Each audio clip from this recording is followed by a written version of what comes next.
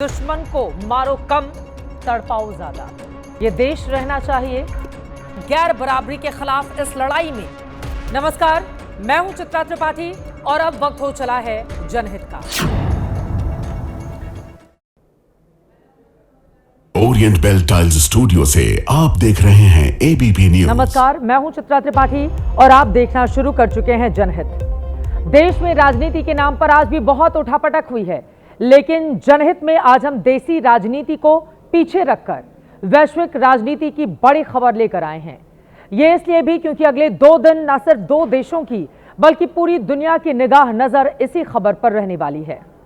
रूस के राष्ट्रपति व्लादिमीर पुतिन कल भारत आ रहे हैं।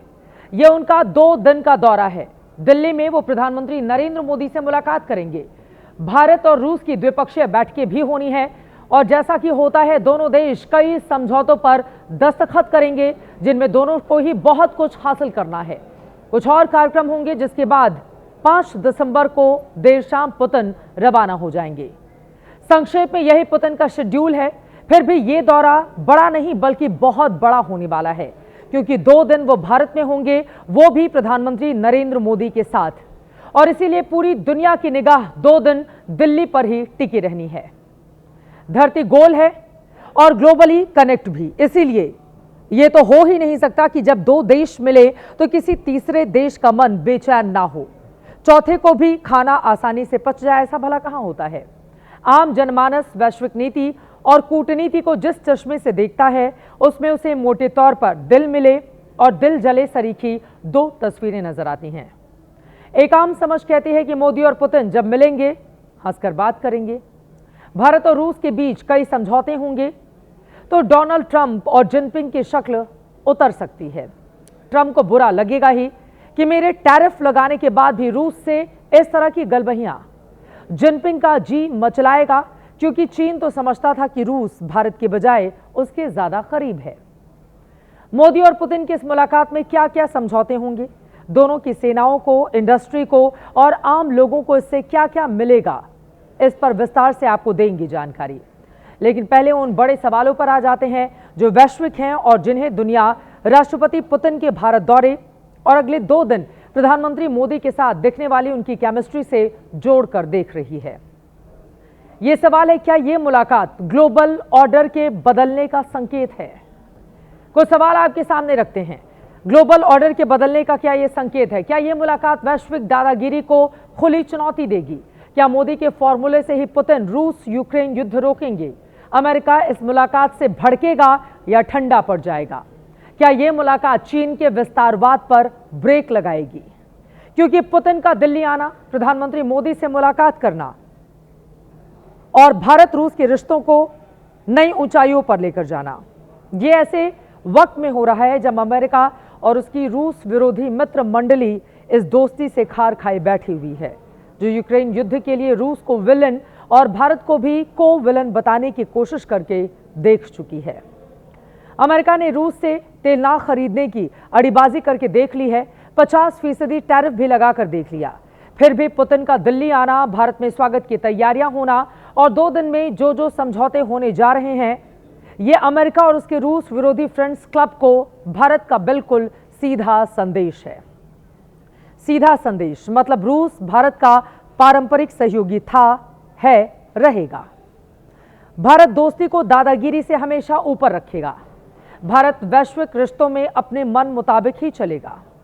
भारत अपने रिश्ते, अपनी जरूरतें खुद तय करेगा। मित्र का शत्रु भारत का भी शत्रु हो, ये जरूरी नहीं है।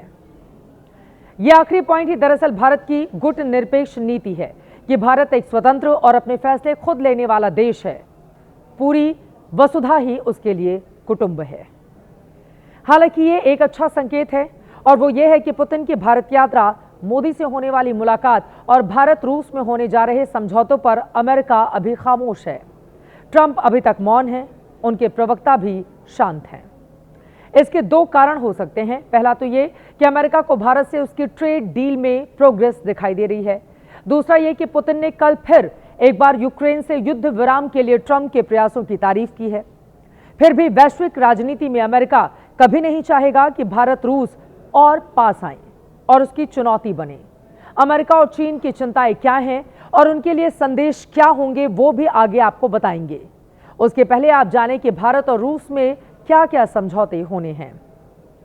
रूस रक्षा और ऊर्जा जरूरतों में भारत का सबसे बड़ा सहयोगी है। डिफेंस दोनों देशों में भरोसे की नींव है।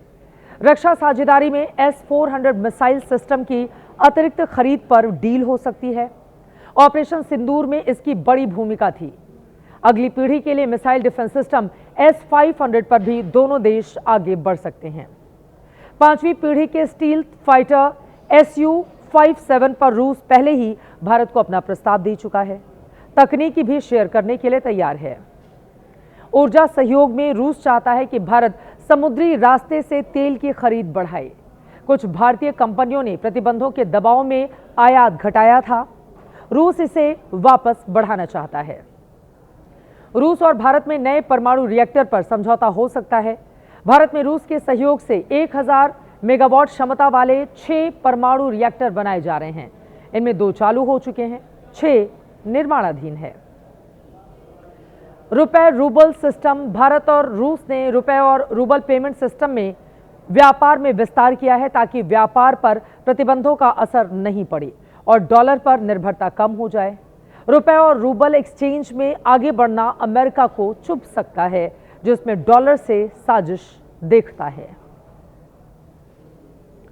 वर्ल्ड पॉलिटिक्स में माना जाता है कि एक ध्रुव पर अमेरिका है तो दूसरे ध्रुव पर रूस और उसके साथ चीन है। भारत अलग स्थिति में है, जहां चीन उसका पड़ोसी है तो रूस और अमेरिका से समान मित्र भाव है। लेकिन मित्रता में भी मर्यादा के संदेश कई बार जरूरी हो जाते हैं। ये संदेश मोदी नहीं, पुतिन भी देंगे। इसमें मोदी संदेश ये होगा कि अमेरिका से दोस्ती रखेंगे लेकिन रूस भी मित्र रहेगा, वहां कोई कॉम्प्रोमाइज नहीं। पुतिन का संदेश होगा चीन से दोस्ती रखेंगे, भारत से और मजबूत करेंगे। नरेंद्र मोदी का संदेश है कि भारत किसी खेमे का हिस्सा कभी नहीं बनेगा। पुतिन का संदेश होगा रूस चीन पर निर्भर नहीं है, भारत उसका पुराना दोस्त है। और मोदी और पुतिन का साझा संदेश ये होगा कि भारत रूस की दोस्ती किसी के भी दबाव में नहीं आने वाली। अब आपको सुनाते हैं विदेश मामलों की जानकार के मुताबिक प्रधानमंत्री नरेंद्र मोदी और राष्ट्रपति पुतिन की मुलाकात की क्या मैसेजिंग और हो सकती है। ट्रंप पे इस मीटिंग का असर डेफिनेटली होगा। वो देखेगा भारत और रशिया और घनिष्ठ अपने रिश्तों को बढ़ा रहे हैं, परंतु दूसरी तरफ ट्रंप कुछ हद तक सेटिस्फाइड होगा और वो कोई बड़ा रिएक्शन नहीं देगा। वो सेटिस्फाइड शायद इसलिए होगा क्योंकि ट्रंप एक बेसिकली नंबर्स मैन है। वो ये देखेगा कि भारत ने रशिया से तेल खरीदना कम कर दिया है, जो कि उसकी डिमांड थी। चाइना भारत को लिमिट करने की कोशिश करता है। चाइना भारत को के ऊपर अनेक तरीके के दबावों के माध्यम से भारत का जो एक वैश्विक कद है उसको वो सीमित करने के प्रयास करता है। लेकिन भारत और रशिया की जो फ्रेंडशिप है, जो पार्टनरशिप है, वो लगातार जिस तरीके से सशक्त और मजबूत हो रही है, उससे भारत के जो वैश्विक कद का भी पता चलता है। और ये चाइना के जो एक विस्तारवादी, उपनिवेशवादी, अवसरवादी और आधिपत्यवादी जो उसका कार्य करने का जो तरीका है, उसके ऊपर लगाम लगाने का ही कार्य करेगा। कल शाम 6:40 से परसों रात तक तकरीबन 30 घंटे का है राष्ट्रपति पुतिन का भारत दौरा। तो सबसे पावरफुल दोस्ती की हर तस्वीर के लिए और इसके अपग्रेड होने की हर खबर के लिए आप बने रहिएगा लगातार एबीपी न्यूज के साथ। जनहित में आगे बढ़ते हुए बात मुगल आक्रांता बाबर के नाम पर बनी उस मस्जिद की करेंगे जिसका भारत की जमीन पर अब कोई वजूद नहीं है। बाबरी मस्जिद का किस्सा इतिहास के पन्नों में सिमट चुका है, लेकिन देश की राजनीति में इसका जिक्र है कि थमने का नाम नहीं लेता। बाबरी मस्जिद पर सबसे नया जिक्र रक्षा मंत्री राजनाथ सिंह ने छेड़ दिया है। उनके मुताबिक देश के प्रथम प्रधानमंत्री जवाहरलाल नेहरू सरकारी पैसों से बाबरी मस्जिद का निर्माण चाहते थे, लेकिन लौह पुरुष सरदार वल्लभ भाई पटेल ने नेहरू को ऐसा करने से रोक दिया। पहले राजनाथ सिंह की 60 सेकंड की वो किस्सा गोई सुनिए, फिर इस पर हो रही सियासी किचकिच भी दिखाएंगे आपको। बहनों भाइयों, वल्लभ भाई पटेल उदार व्यक्ति भी थे। वे सच्चे अर्थों में सेकुलर थे, पंथ निरपेक्ष थे। वे तुष्टीकरण में विश्वास नहीं करते थे। जब पंडित जवाहरलाल नेहरू बाबरी मस्जिद के मुद्दे पर सरकारी खजाने से पैसा खर्च करने की बात जब उन्होंने छेड़ी थी, सरकारी खजाने से पैसा खर्च करके बाबरी मस्जिद बनवाई जानी चाहिए, उसका भी विरोध यदि किसी ने किया था तो गुजराती मां की कोख से पैदा हुए सरदार वल्लभ भाई पटेल ने ही किया था मेरे बहन भाई। और उस समय सरकारी पैसे से उन्होंने बाबरी मस्जिद नहीं बनने दिया।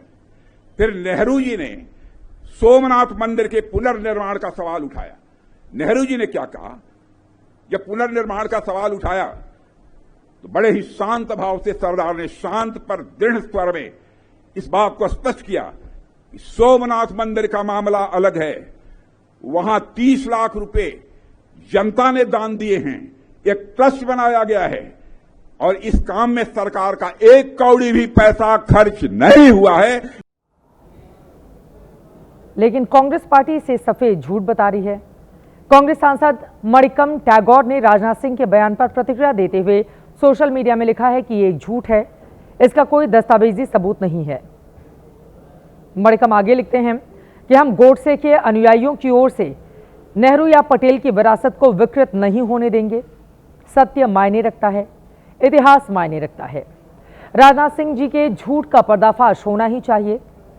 रक्षा मंत्री के बयान पर प्रियंका गांधी समेत कांग्रेस और विपक्षी गठबंधन के कई नेताओं के जवाब भी आए हैं। सबने इसे गलत और असली मुद्दों से ध्यान भटकाने की राजनीति करार दिया है।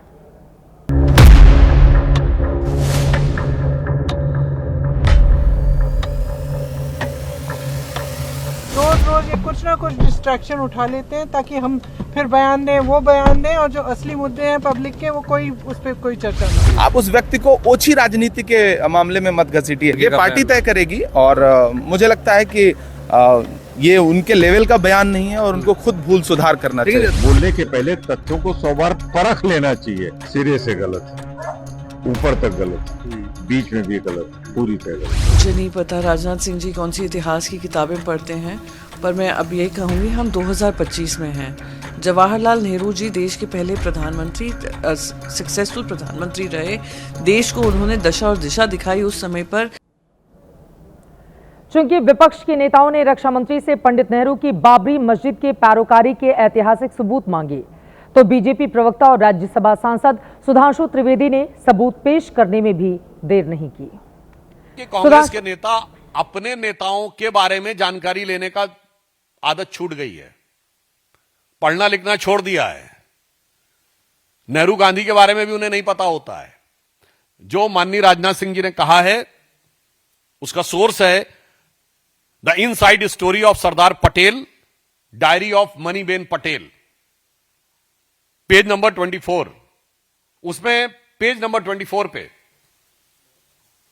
यह लिखा हुआ है, पुराना गीत था ना कई साल पहले, मुझे तुमसे प्यार था, जिया बेकरार था, आज भी है कल भी रहेगा, मगर कांग्रेस के लिए होना चाहिए कई साल पहले मुझे हिंदुओं से नफरत का ज्वार था, जिया बेकरार था, कट्टरपंथी वोटों के लिए बेकरार था, आज भी है और कल भी रहेगा।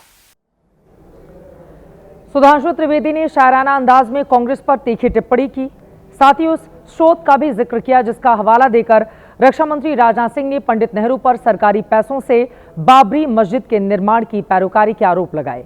सुधांशु त्रिवेदी ने जिस किताब का हवाला दिया है उसका कवर पेज आपके सामने है, inside story of Sardar Patel, the diary of Maniben Patel, 1936 से 50। इस किताब के लेखक का नाम है पीएन चोपड़ा, संपादक का नाम है प्रभा चोपड़ा। इस किताब में सरदार पटेल की बेटी मणिबेन पटेल की 14 सालों की डायरी की बातें लिखी हैं। किताब के पेज नंबर 24 पर क्या क्या लिखा है उसे भी पढ़ लेते हैं।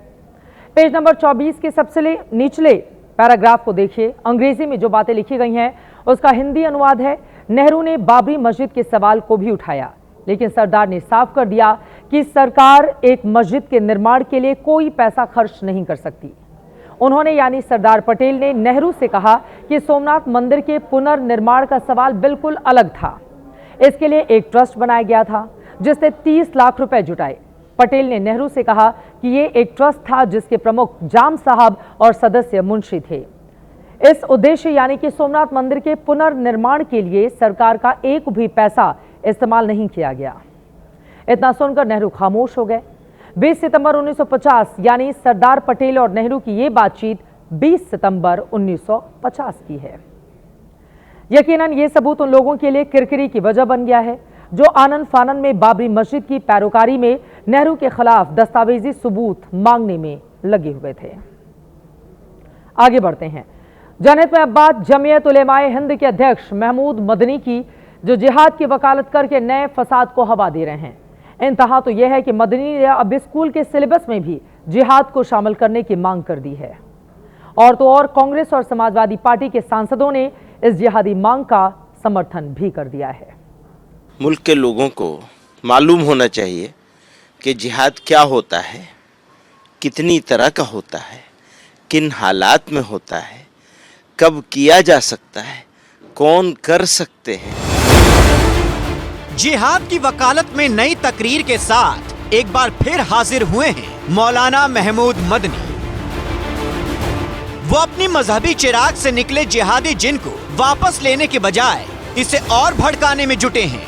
अगर वो अपने आप को सनातन धर्म का या किसी और धर्म का मानने वाला कहते हैं और फिर किसी दूसरे धर्म का न सिर्फ अनादर करते हैं बल्कि बदतमीजी करते हैं, गाली बकते हैं और उसे गाली बना देते हैं धर्म ही को, तो मेरे लिए ज़रूरी है कि मैं चेताऊं और देश वालों को सबको बताऊं कि देखो ये बदतमीजी कर रहे हैं, ये मुल्क में आतंकवाद फैलाना चाहते हैं, ये मुल्क के साथ दुश्मनी कर रहे हैं, ये गद्दार हैं, मुल्क के इस देश के दुश्मन हैं और देशद्रोही वाला काम कर रहे हैं। क्या आपको लगता है कि जिहाद को पढ़ाया जाना चाहिए? बिल्कुल पढ़ाया जाना चाहिए। सारे धर्मों में ये चीज़ मौजूद है और सबको पढ़ाया जाना चाहिए। मदनी के जिहाद वाले बयान की गूंज सियासी गलियारों में भी सुनाई दे रही है। केंद्रीय मंत्री गिरिराज सिंह ने उनके खिलाफ कानूनी कार्रवाई की मांग की है, तो कांग्रेस सांसद इमरान मसूद जिहाद के पैरोकार मदनी की हिमायत में उतर आए हैं। मौलाना मदनी को किसी इस्लामिक कंट्री में जाके एक अच्छे स्पीकर के रूप में उनको भेज दिया जाए। भारत में ऐसे लोगों की जरूरत नहीं है। हाँ, जिहाद बहुत ऐसा लफ्ज़ है जिसको पढ़ाया जाना चाहिए। देखिए, जिहाद जो है वो मुल्क के लिए होता है, देश के लिए होता है, देश के ऊपर अगर संकट आए तो उसके लिए होता है। कांग्रेस मदनी के समर्थन में उतरी तो समाजवादी पार्टी इस मुद्दे को संसद तक ले गई। रामपुर से सांसद और पार्लियामेंट स्ट्रीट मस्जिद के इमाम मोहिबुल्लाह नदवी लोकतंत्र के सबसे बड़े मंदिर के अंदर ही जिहाद की हिमायत करने लगे। मुसलमानों की जिंदगी हमारे प्यारे वतन में ही तंग कर दी गई है, जिसकी वजह से माननीय स्पीकर साहिबा, वो लोग जिनके पुरखों ने आजादी की लड़ाई लड़ी थी, मौलाना अरशद मदनी, वो कह रहे हैं कि जुल्म और नाइंसाफी के खिलाफ लड़ना शायद हमें दोबारा लड़ना पड़ेगा और जिहाद करना पड़ेगा। आखिर कब तक मुसलमानों को इस तरह से दबाया जाता रहेगा मुल्क में? हालांकि नदवी की जुबान से निकले जिहाद को संसद के रिकॉर्ड से हटा दिया गया है। गजब है, खुद को मुसलमानों का रहनुमा बताने वाले चेहरे अपनी सहूलियत के हिसाब से जिहाद के मायने समझा रही हैं, जिहादी तकरीर को जायज ठहरा रही हैं। लेकिन अफसोस है कि यही चेहरे जिहाद के नाम पर मुस्लिम नौजवानों को आतंकवाद की आग में झोंकने के सवाल पर खामोशी इख्तियार कर लेते हैं। मदनी के जिहादी राग के बाद अब बात बुलडोजर राजनीति की। यूपी में तो पहले से ही बुलडोजर गरज रहा है, वहीं बिहार में भी इसे सुशासन का प्रतीक बनाने की कोशिश की जा रही है। अब ये बुलडोजर यूपी बिहार से निकलकर पश्चिम बंगाल पहुंच गया है। मुख्यमंत्री ममता बनर्जी ने बिहार में हो रही कार्रवाई का जिक्र करके बीजेपी पर निशाना साधा, तो बीजेपी कह रही है सत्ता आ जाने दो, बंगाल में भी घुसपैठियों पर बुलडोजर चलाएंगे।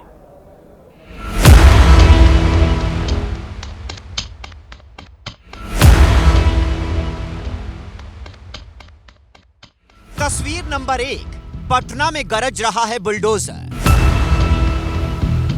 तस्वीर नंबर 2, बक्सर में बुलडोजर का एक्शन।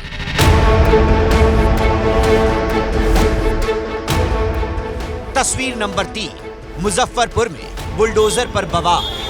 बिहार के अलग अलग इलाकों में पिछले कई दिनों से लगातार यूं ही बुलडोजर की कार्रवाई हो रही है, सरकारी जमीन पर अवैध कब्जे को मुक्त कराया जा रहा है। लेकिन अब ये बुलडोजर बिहार की सियासी सीमा से बाहर निकलते हुए बंगाल की सियासत में दखल देने पहुंच गया है। खुद सीएम ममता बनर्जी ने बिहार में हो रही इस कार्रवाई को सियासी पिच पर खेल दिया है। তাদের কিছু পরিবারকে দিল 10,000 টাকা করে ভোট কেনার জন্য বিজেপি, আর যেই ভোট চলে গেল চালু হলো বুলডোজার। ममता ने इस बयान के जरिए बंगाल के लोगों को ये डर दिखाने की कोशिश की है कि बीजेपी सत्ता में आई तो बुलडोजर चलवाएगी। बिहार बीजेपी के नेता खुलकर ये कह भी रहे हैं, ममता बनर्जी चुनाव हारेगी और जेल के अंदर चक्की पीसेगी। बुलडोजर जो है जहां जहां नाजायज होगा वहां वहां बुलडोजर चलेगा। बुलडोजर को जहां बीजेपी सुशासन और न्याय का प्रतीक मानती है, वहीं विपक्षी नेता इसे दहशत और दबंगई की पहचान कहते हैं। अब चूंकि बंगाल में 3 महीने बाद चुनावी डुगडुगी बजने वाली है, तो बुलडोजर के बहाने अपने अपने वोटरों को साधने और संदेश देने की कोशिश हो रही है। बंगाल में भाजपा की सरकार होगी और कानून का राज चलेगा। अपराधियों के ऊपर डंडे बरसेंगे, डंडे। उसका सरकार कभी नहीं आएगी बंगाल में। एक बार बुलडोजर चला के देखने बोलिए बंगाल पे, हालात क्या होगा उसको ही समझ में आ जाएगा। एसआईआर को लेकर वैसे भी मामला गरमाया हुआ है। घुसपैठ के मुद्दे को उछालकर बीजेपी ममता को घेर रही है। आज दिल्ली में प्रधानमंत्री ने पश्चिम बंगाल के सांसदों के साथ मीटिंग भी की है। माना जा रहा है कि चुनावी तैयारियों को लेकर उन्होंने चर्चा की है, सांसदों से फीडबैक लिया है। एक तरफ मुख्यमंत्री ममता बनर्जी पश्चिम बंगाल के लोगों को बीजेपी के बुलडोजर मॉडल का डर दिखा रही हैं, तो वहीं दूसरी तरफ यूपी में बाबा का बुलडोजर लगातार गरज रहा है। तस्वीर बरेली की है, जहां अवैध इमारतों को समतल करने की मुहिम चल रही है। बरेली विकास प्राधिकरण की टीम ने आज लगातार दूसरे दिन अवैध रूप से बने 2 बारात घर, ऐवान फरहत और गुड मैरिज हॉल को ध्वस्त कर दिया। ये दोनों इमारतें समाजवादी पार्टी के नेता सरफराज वली खान और राशिद खान की बताई जा रही हैं। सरफराज यूपी सरकार के पूर्व मंत्री आजम खान के करीबी हैं, तो राशिद बरेली की हिंसा के मुख्य आरोपी मौलाना तौकीर रजा के करीबी हैं। जानकारी के मुताबिक इन दोनों अवैध इमारतों को गिराने का आदेश 2011 में ही जारी हो चुका है, लेकिन इस पर अमल अब हुआ है। जनहित में आगे बढ़ते हुए अगली खबर झारखंड की राजनीति पर, जहां इन दिनों सियासी पलटबाजी की चर्चा है। सियासी गलियारों में हवा चल रही है कि सीएम हेमंत सोरेन कांग्रेस का हाथ छोड़कर बीजेपी से दोस्ती कर सकते हैं। हालांकि कैमरे पर ना तो बीजेपी से कबूल कर रही है, ना ही झारखंड मुक्ति मोर्चा के नेता कांग्रेस से रिश्ता तोड़ने की कोई ठोस वजह मान रहे हैं। पर सवाल यह है कि अगर आग नहीं है तो फिर इतना ज्यादा धुआं कहां से उठ रहा है।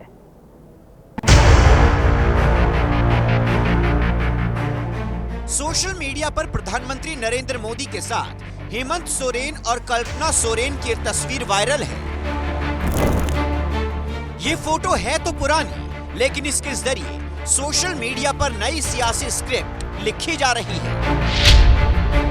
इस तरह के सैकड़ों पोस्ट सोशल मीडिया पर दिख रही हैं, जिसमें हेमंत के पलटी मारने की कहानी गढ़ी गई है। सवाल ये है कि क्या वाकई में कुछ ऐसा होने जा रहा है, या फिर ये सिर्फ पॉलिटिकल गॉसिप है। जो चर्चा है उसके मुताबिक हेमंत बीजेपी के साथ सरकार बनाएंगे। बीजेपी के समर्थन से कल्पना सोरेन के सीएम बनने की चर्चा की जा रही है। अटकलों के मुताबिक नई गठबंधन की सरकार में बीजेपी का डिप्टी सीएम होगा। इस चर्चा पर हेमंत और कल्पना चुप हैं। हालांकि जेएमएम ने पहले सोशल मीडिया पर पोस्ट किया, झारखंड झुकेगा नहीं, और अब बयान देकर ये जताने की कोशिश की है कि उनका गठबंधन लॉयल है। वैसी कोई दूर दूर तक संभावना नहीं है। सरकार अपना कार्यकाल पूरा करेगी। सरकार को जनादेश इस गठबंधन को मिला है। दिल्ली जाने के तो कई कारण होते हैं, व्यक्तिगत कारणें भी होती हैं, कुछ अपना व्यक्तिगत निजी जीवन भी होता है। असल में अटकलों को हवा हेमंत और कल्पना के गुप्त दिल्ली दौरे की वजह से मिल रही है। वैसे झारखंड बीजेपी के नेता भी ये जानने में दिलचस्पी ले रहे हैं कि हेमंत दिल्ली क्यों गए थे।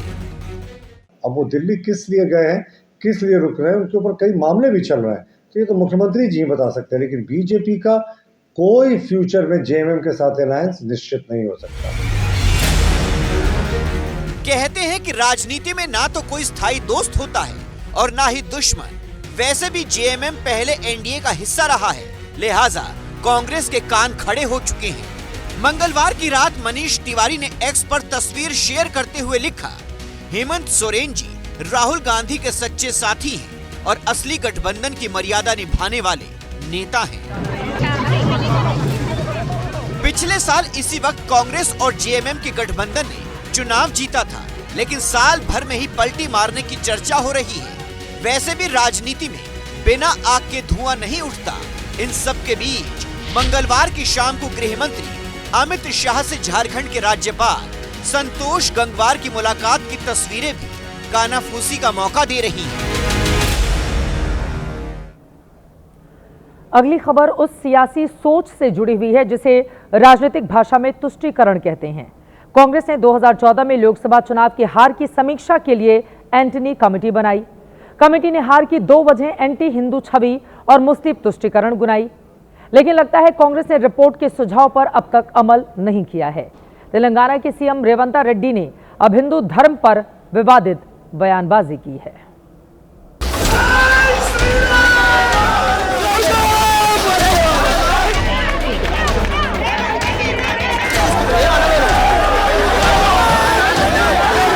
हैदराबाद की सड़कों पर सीएम रेवंत रेड्डी के खिलाफ माहौल गर्म है।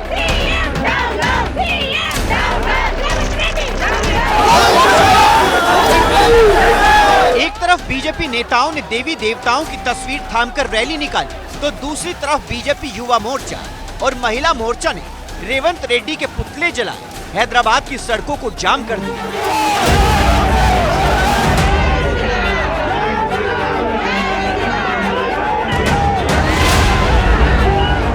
हैदराबाद के सियासी भूचाल के केंद्र में है सीएम रेवंत रेड्डी, जिन्होंने जिला कांग्रेस कमेटी कार्यक्रम में विवादित बयान दिया है। ఇందులో అన్ని రకాల మనస్తత్వాలు ఉన్నోళ్ళు ఉంటారు.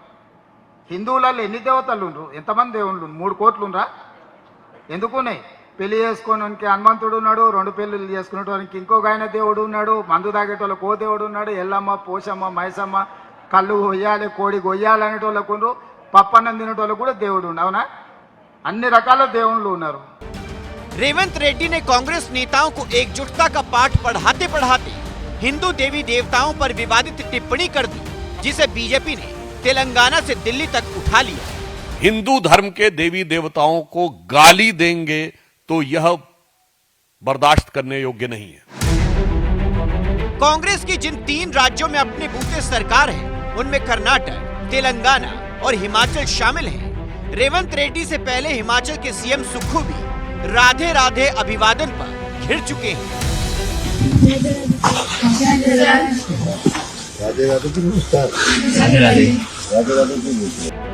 हिमाचल में कांग्रेस पर सनातन विरोध के आरोप धुले भी नहीं थे।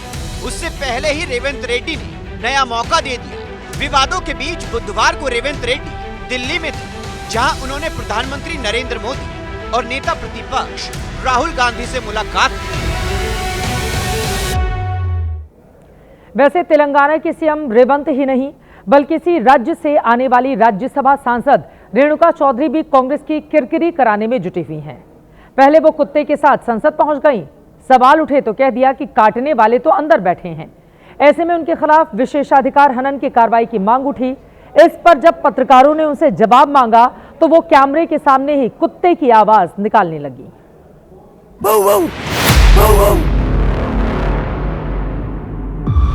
ये कांग्रेस की राज्यसभा सांसद रेणुका चौधरी हैं।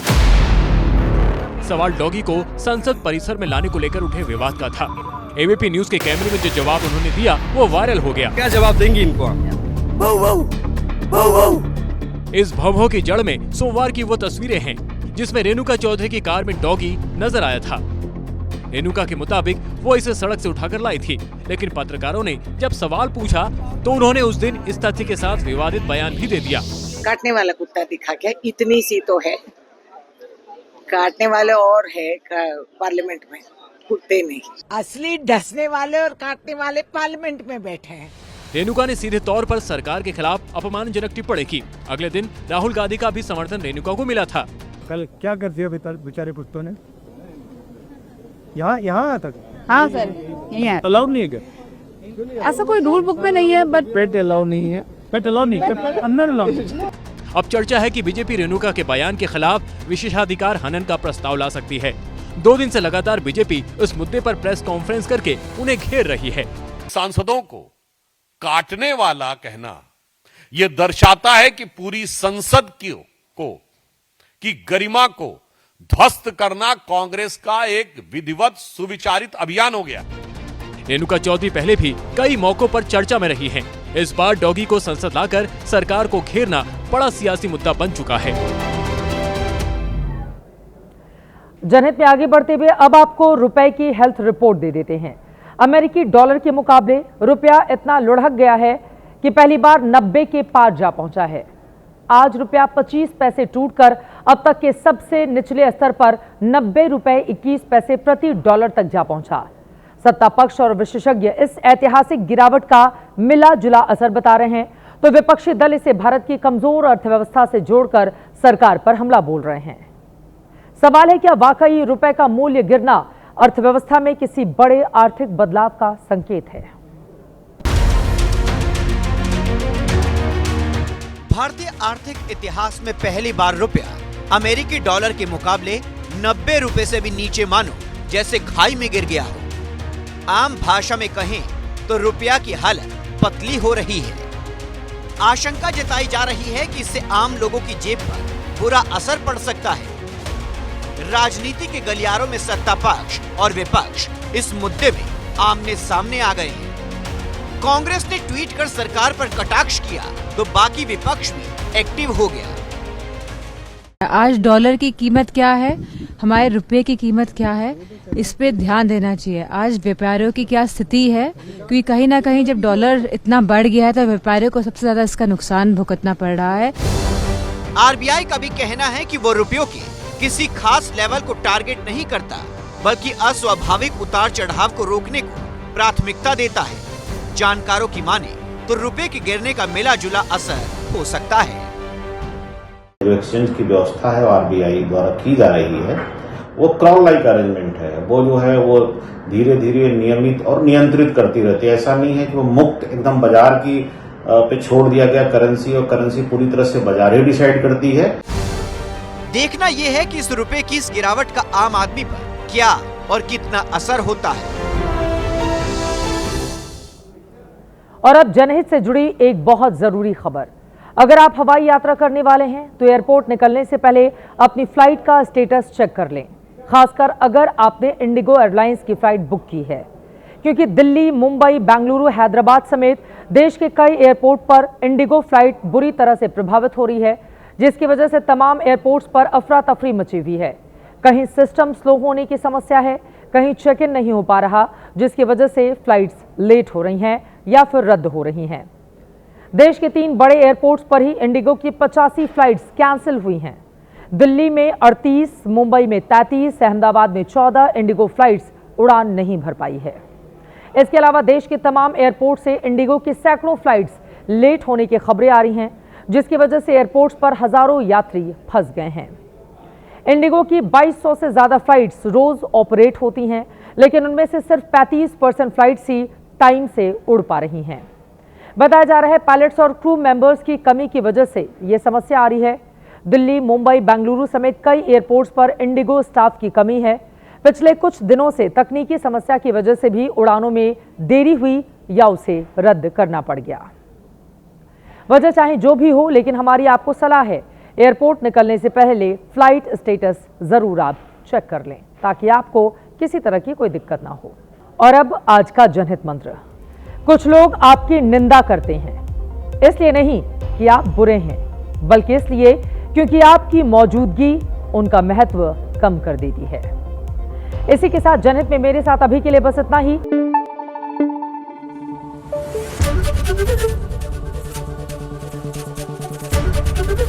एबीपी न्यूज आपको रखे आगे।